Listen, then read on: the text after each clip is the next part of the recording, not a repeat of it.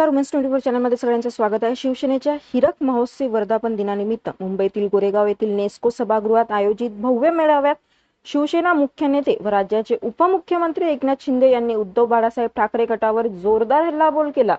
रक्ताच्या नात्याने नव्हे तर विचारांच्या वारशाने नेतृत्व ठरत असल्याचे सांगत शिवसैनिक बाळासाहेब ठाकरे यांचे खरे वारस असल्याचा दावा त्यांनी केला। बाळासाहेबांचे विचार हिंदुत्व आणि शिवसेनेची भूमिका सोडणाऱ्या जनतेने नाकारल्याची टीकाही त्यांनी केली।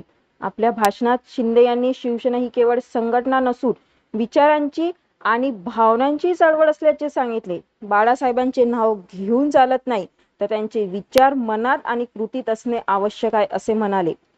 शिवसेना फोडण्यामागे काँग्रेस आणि राष्ट्रवादी काँग्रेस जबाबदार असल्याचा आरोप करत महाविकास आघाडीच्या राजकारणावरही त्यांनी निशाणा साधला। यावेळी पंतप्रधान नरेंद्र मोदी आणि केंद्रीय मंत्री गृहमंत्री अमित शहा यांच्या नेतृत्वाचे कौतुक करताना बाळासाहेब ठाकरे यांची अनेक स्वप्ने मोदी शहा यांनी पूर्ण केल्याचे शिंदे म्हणाले।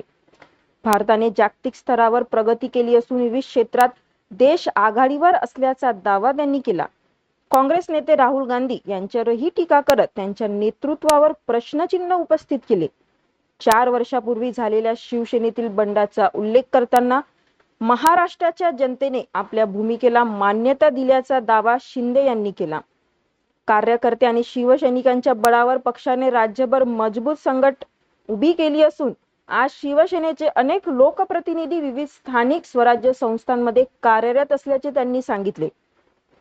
शिवसेनेचा भगवा झेंडा राज्याच्या कानाकोपऱ्यात पोहोचल्याचा विश्वास त्यांनी व्यक्त केला। निवडणुकीत महायुती सर्व 17 जागांवर विजय मिळवेल असा विश्वास उपमुख्यमंत्री यांनी व्यक्त केला।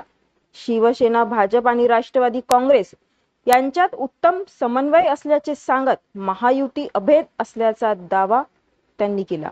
राज्यभरातून मोठमोठ्या प्रमाणावर लोक शिवसेनेत प्रवेश करत असून आगामी काळात शहरापासून गावापर्यंत शिवसेनेचा विस्तार अधिक वेगाने होईल असे ते म्हणाले।